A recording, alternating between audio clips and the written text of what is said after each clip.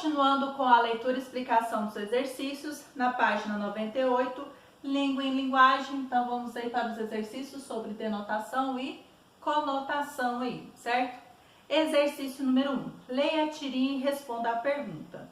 Moço, é aqui a oficina de tiras? Sim. Quer participar?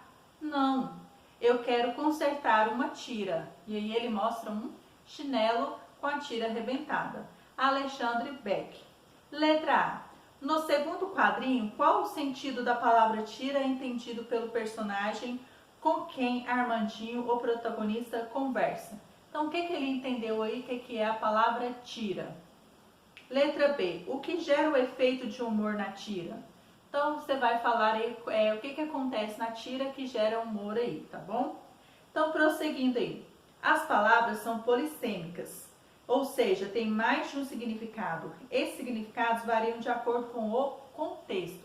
Então, quando eu comentei com vocês sobre esse duplo sentido, vai variar de acordo com o contexto. Aqui nós conseguimos compreender a diferença de denotação e conotação, mas pode variar dentro do contexto, né, a qual ela é colocada aí. Então, esse sentido denotativo e conotativo é que vai dizer aí, né, que a palavra, qual sentido ela está sendo colocada ali. Agora vamos para o exercício número 2. Leia o poema a seguir, observando a brincadeira que se faz com algumas palavras e expressões. Atenção, detetive. Se você for detetive, descubra por mim que ladrão roubou o cofre do banco do jardim e que padre disse amém para o amendoim. Se você for detetive, faça um bom trabalho. Me encontre o dentista que arrancou o dente do alho e a vassoura sabida que deixou a louca varrida. Se você for detetive, um último lembrete. Onde foi que esconderam as mangas do colete? E quem matou os piolhos da cabeça do alfinete?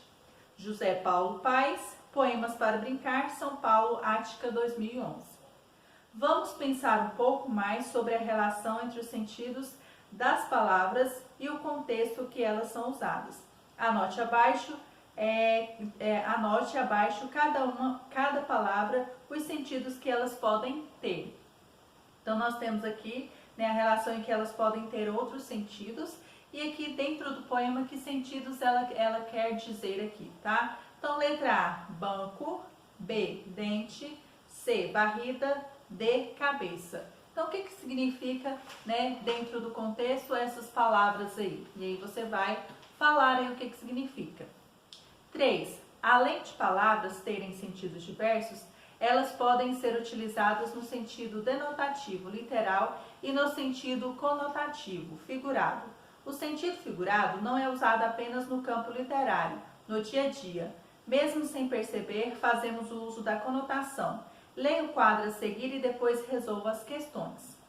Sentido denotativo. O sentido mais comum de uma palavra é o literal.